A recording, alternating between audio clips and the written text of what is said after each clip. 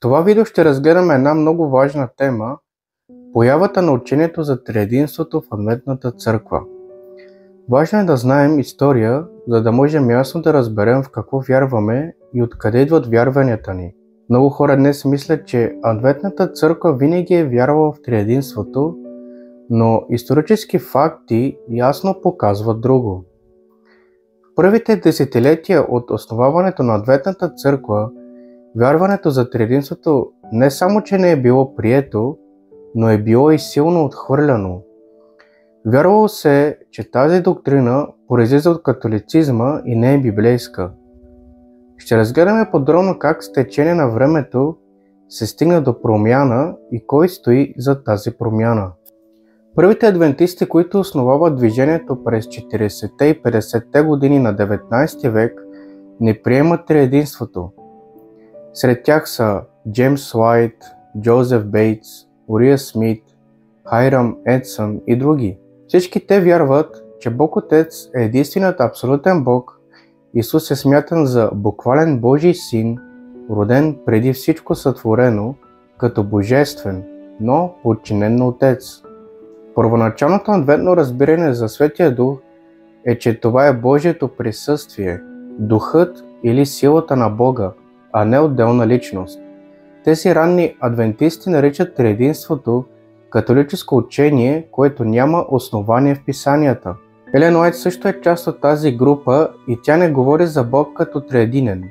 Нейните ранни публикации говорят за Бог Отец и Неговия Син Исус Христос като две отделни същества, но не споменават Святия Дух като трета отделна личност. От основаването си през 1863 година до началото на 20 век, Адвентната църква официално не включва триединството в своите вярвания. Във всички официални документи, списания и книги, публикувани от Адвентната църква по това време, няма и следа от триединна доктрина. Когато се говори за Бог, ясно се разграничават Отец и Сина.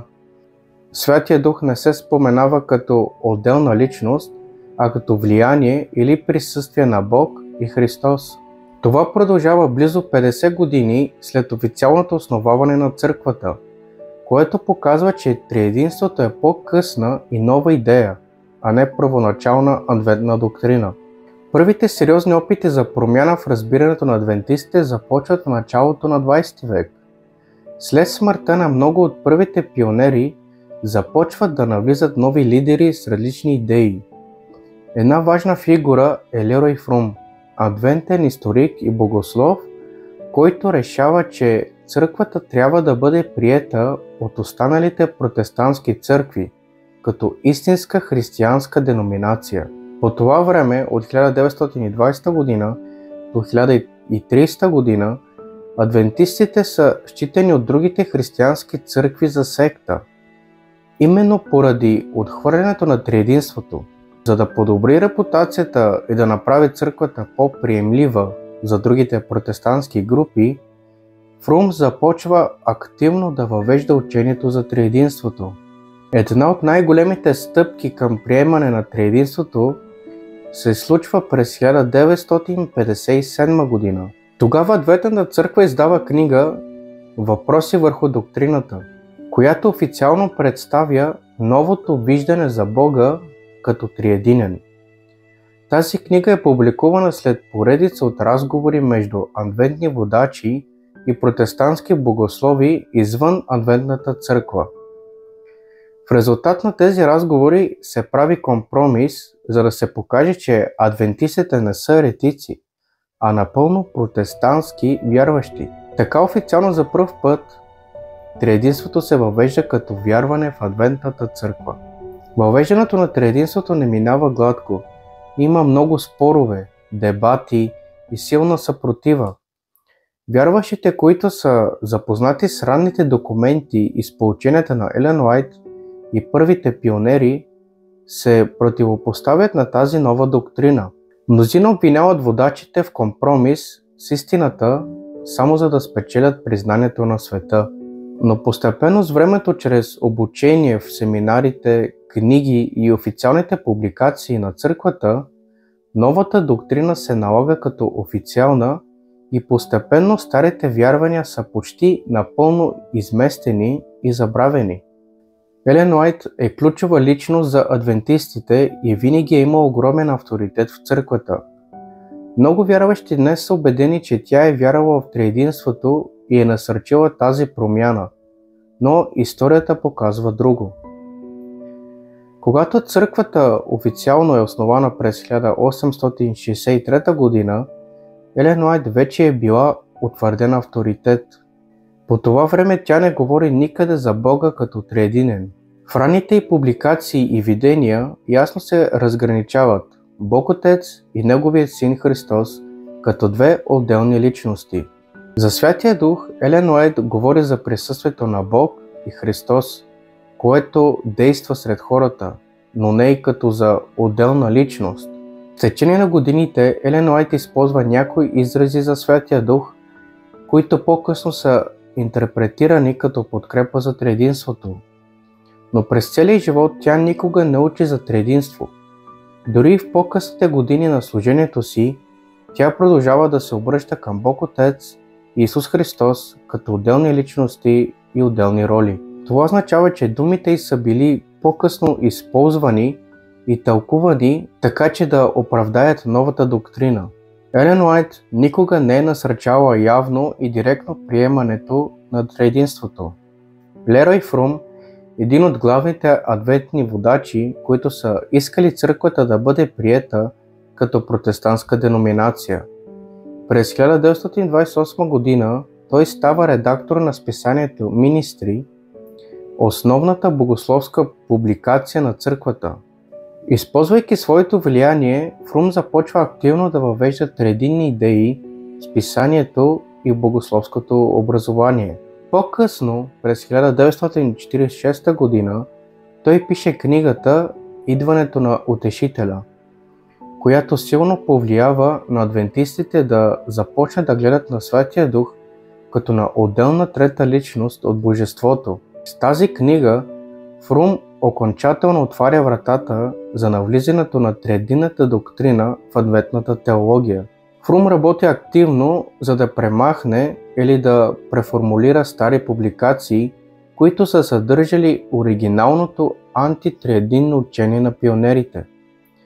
По този начин новите поколения адвентисти постепенно губят връзка с първоначалната теология и приемат новата идея като традиционна. Един от най-критичните моменти е серия от разговори, състояли се през 1955 година до 1956, когато адвентните богослови се срещат с известни евангелски лидери. Целта на тези разговори е адвентната църква да бъде приета като протестантска църква, а не като секта. За да постигнат това приемане, адвентните представители са готови да направят компромис, като официално потвърдят доктрината за триединството, която е основополагаща за евангелските църкви. В резултат на това се публикува книгата "Въпроси върху доктрината", с която официално и за пръв път адвентистите публично обявяват, че приемат триединството като своя официална доктрина. Тази книга обаче създава огромно напрежение в църквата, тъй като много вярващи не са съгласни с този компромис. Но с времето, чрез официалната подкрепа от ръководството и чрез образователната система, тази доктрина се утвърждава сред новите поколения адвентисти. Но Лерой Фрум не е единственият, който прокарва доктрината за триединството в църквата. Хора като Франсис Никол, главен редактор на официалното списание Review and Herald, има значителна роля в популяризирането на триединната доктрина през 40-те и 50-те години на 20 век.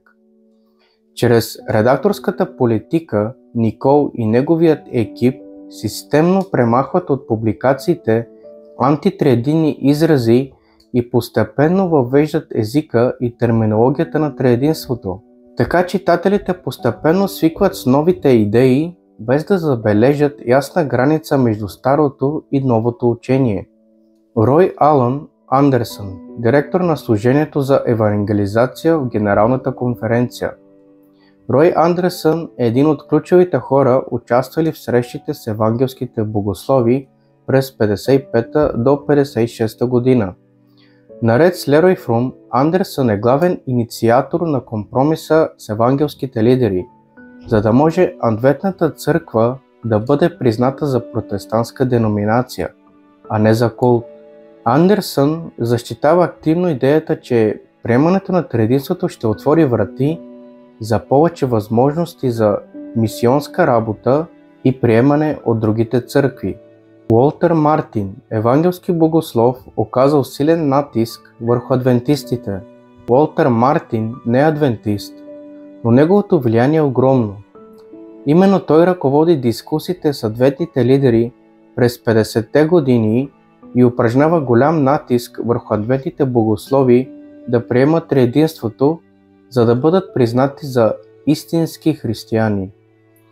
В резултат на натиска на Уолтер Мартин и евангелските лидери, адвентистите променят и формулират доктрината си, за да съответства на стандартите на протестантските църкви.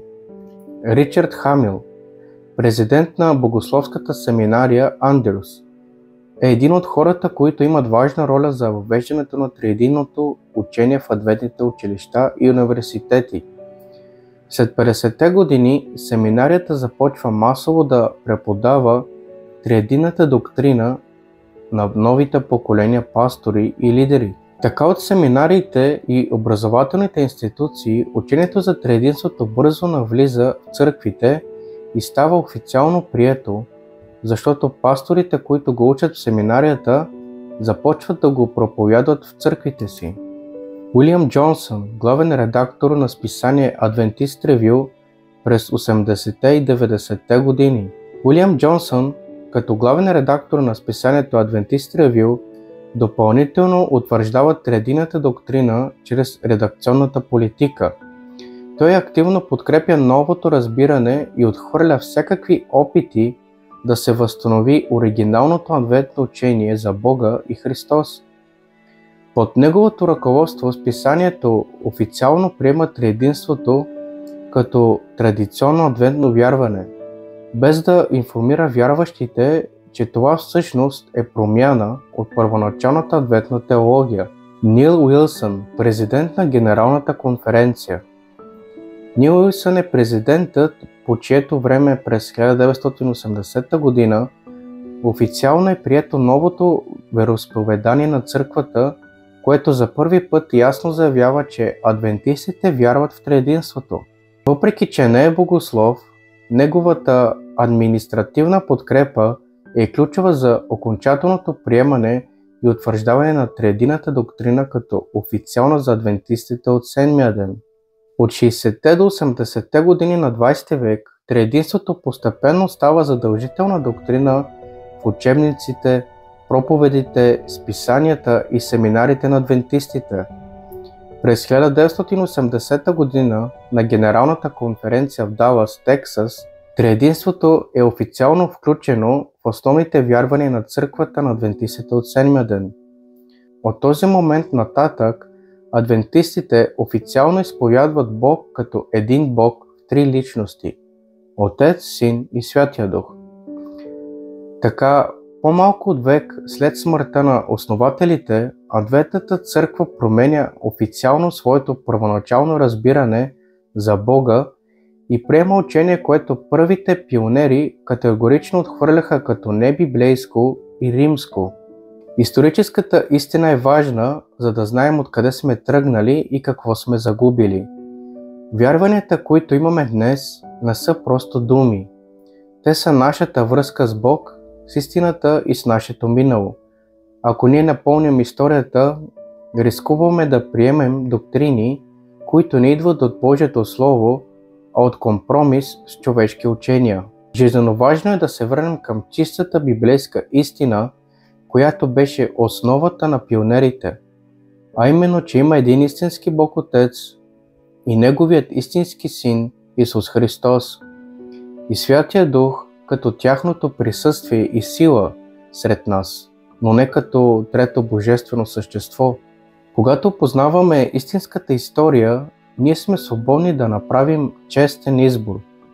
Фактите ясно показват, че доктрината за триединството не е била първоначално учение на Адвентната църква и е въведена по-късно след множество компромиси и преговори. Затова нека внимателно изследваме историческите доказателства и сами преценим кое е вярно. Истината няма нужда от компромис, защото тя стои ясно сама по себе си. Нека търсим искрено това, което е автентично и имаме смелостта да го приемем. Днес много адвентисти, когато се сблъскат с исторически факти за това, че пионерите не са вярвали в триединството, казват: да, вярно е, че в началото не сме приемали триединството, но ние сме растяли в разбирането си. Постепенно сме получавали повече светлина и откровение от Бога и за това сме го приели по-късно. Но това твърдение обаче не издържа на внимателен анализ, защото няма никакви пророчески свидетелства от Елен Уайт, които да казват, че Бог е разкрил нова истина за триединството. Нито едно нейно видение не казва: Господ ми показа, че има три личности в едно божество. Напротив, тя до края на живота си продължава да използва език, който ясно показва вяра в Бога и Неговия Син, а не в триединно божество. Историческите документи показват, че приемането на триединството е станало чрез натиск от други протестантски църкви, а не чрез откровение от Бога. Преговорите през 55 и 56 година с Уолтер Мартин и други протестантски богослови са ясна индикация. Доктрината е била променена с цел да се угоди на другите църкви, да не наричат адвентистите секта. Книгата Questions on Doctrine, издадена през 57 година, не е плод на духовно откровение, а на дипломатически компромис. Самите участници в този процес никога не са твърдели, че са получили пророческо откровение. Лерой Фрум, Рой Андерсън, Франсис Никол, Ричард Хамил и други, които прокарват триединството, говорят за необходимостта църквата да бъде приета като истинска християнска църква. Това е административен и имиджов въпрос, не духовен. Промяната е наложена чрез образованието, редакционната политика и административна власт, не чрез събрание на църквата, основани на библейско изследване.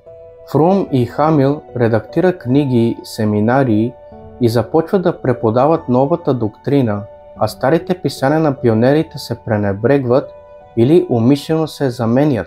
Върху младите пастори и учители също се оказва натиск да приемат новото учение, ако искат да реализират в църковната структура. Ако приемането на триединството е била светлина от Бога, тогава възниква въпрос: защо Бог не е разкрил на пионерите, които са били основата на Адвентната църква? Как Бог би оставил пионерите да проповядват лъжа за Бога десетилетия наред, без да ги коригира, при положение, че Елен Уайт твърди, че Бог е ръководил това движение от самото начало? Нито една от първоначалните 28 вярвания на адвентистите, изложени през 1872 година, не включва триединството. В това първо официално изложение на вярата ясно се говори за Бог Отец и Неговия Син, но не и за триединен Бог. Това доказва, че църквата не е приемала триединна формулировка нито като напредничало разбиране, нито като библейска истина. Мнозина от пионерите са били дълбоко убедени, че триединството е католическа измама. Урия Смит нарича учението за триединството нелепо и враждебно на библейската истина. Джеймс Уайт казва, че това прави Бога неразбираем и го представя в противоречие с самото писание. Джозеф Бейтс директно го свързва с голямото отстъпление на християнството след Константин. Църквата е предупредена чрез Елен Уайт да не се доверява на човешки теории. Тя пише: нека Бог бъде истинен, а всеки човек лъжец. В многобройни свои трудове тя подчертава нуждата да се връщаме към Библията като единствен авторитет, а не да следваме човешки системи и догми. Доктрината за триединството в крайна сметка води до подмяна на Христовата роля от реален син, роден от Отца, до съвечна личност, което подкопава буквалността на божествения произход на Христос и го прави философско понятие, а не реален син. А без реален син няма истинско Евангелие, има богословски театър. Ако Христос не е истински син, тогава Йоан 3,16 е просто поетично, а не проява на реална бащина любов. Ако Исус е вечно съществуваща личност, която никога не е произлязла от Отца, тогава Бог не е изпратил своя син, а е изпратил един от себе си. Това изкривява същността на любовта и я превръща в реплика от пиеса, а не в истински акт на любов. Тази триединна философия превръща Божията любов в театрална постановка, в която никой не е реален баща, нито реален син, а просто персонажи в божествена пиеса, написана от събори, а не от писанието. А ако Христос не е реален син, тогава и ние не сме реални Божии деца, а духовни сираци в една система от алегории.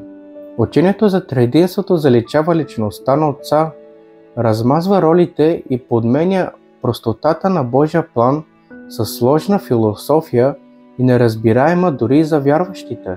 Надявам се, че историческата информация, която представих, ви е помогнала да разберете по-добре как и защо учението за триединството се е появило в Адвентната църква. Много хора днес казват: да, в началото не сме вярвали в триединството, но после Бог ни е открил истината. Но историята показва друго. Промяната не е дошла чрез откровение, а чрез натиск, компромис и желание за приемане от света. Приемайки триединството, църквата всъщност казва: пионерите са били честни хора, но са се объркали за най-важното – кой е Бог. Но ако те са се объркали в това, значи сам Бог е допуснал църквата да бъде изградена върху лъжили, десетилетия в заблуда, а после едва чрез влияние от други църкви им показва истината. Нека смирено се запитаме: кой е източникът на нашата вяра? Бог или човешки учения? Това не е ново разбиране. Истинското смирение не казва: ние знаем повече или те са грешали, а пита дали не сме се отклонили от пътя, който Бог вече им е показал. Затова е важно да изследваме всичко чрез Божието Слово и с честно сърце, а не с доктрини. Истината не зависи от човешки авторитети или структури. Тя е жива и силна сама по себе си. Но само онзи, който е готов да я приеме с чисто сърце. Продължавайте да търсите автентичната истина, тази, която не се мени с времето, защото идва от Божия устрем, а не от човешки ръководства. Благодаря, че изгледахте видеото до края и бъдете благословени. Амин.